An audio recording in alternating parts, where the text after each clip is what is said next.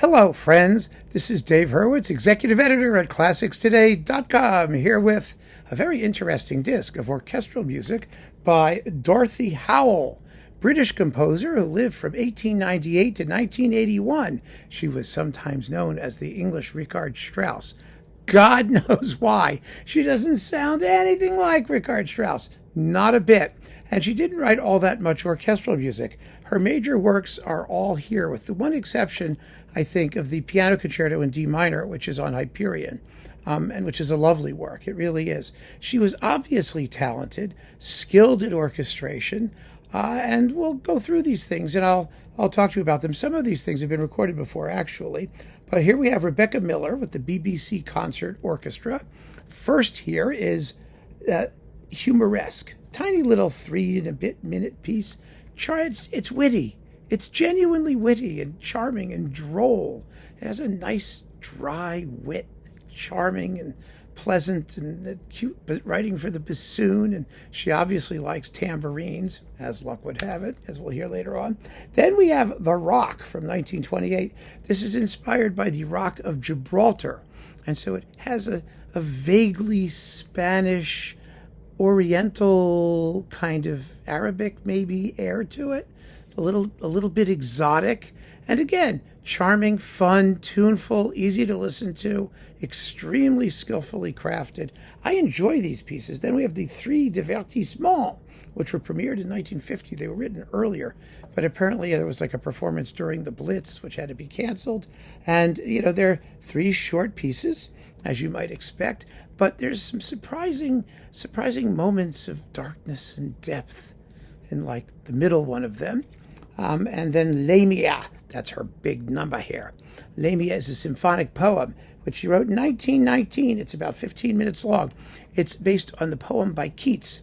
And you know the story. We all know the story of Lamia, don't we? No, we don't. She's a serpent woman, serpent creature thing, and she gets turned back into a woman, but if someone finds out who she is, she's going to turn back into a serpent, and she goes to meet the Greek, Marcus Lycus, whatever his name was. That's a funny thing happened on the way to the Forum, isn't it?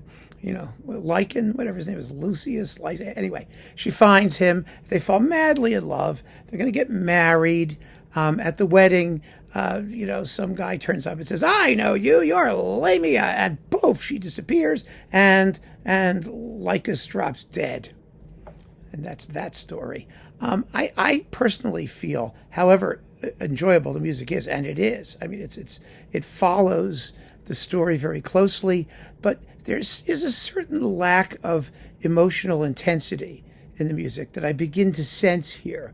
I think that Howell was a fine craftsman, but her emotional range was not all that wide, or so it seems to me, based on this. And finally, there is her ballet, Koong, Shee, from 1921. Now, this ballet, which is like 20-some minutes long, is very danceable. It has nice rhythm all the way through. Lovely crackly writing for percussion here and there. It seems to me this is another one of those unrequited love and death things where the lovers are reunited. They're turned into like doves and they fly away together at the end. It's again, music of great charm, and certain professionalism, I would say. I mean, does she have a truly distinctive voice? I mean, you listen to it and you go, aha, that's Howell. Well, no, not that I can tell from the evidence here, but the performances are excellent. And the sonics are very, very good. And, it's like so many second-tier composers. You wish there were something just a bit more distinctive that leaps out at you so you could say, nobody sounds like this.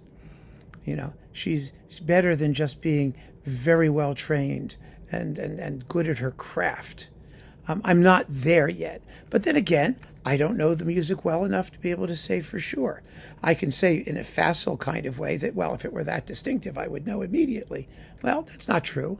Some composers are more subtle. Some people have a style that takes a little time to sink in and that you have to get used to. It could be that she's one of those.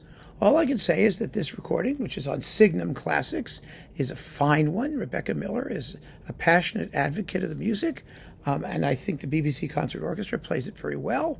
I enjoyed listening to it. I'm going to enjoy listening to it again, and maybe more than that. And once I've done that, I mean, I have already listened to it a couple of times, but once I've really internalized it, we'll see how I feel about Dorothy Howell. In the meantime, I'm very happy that I got to know her, and I suspect you will be too. So keep on listening, friends. Thank you so much for joining me. Take care.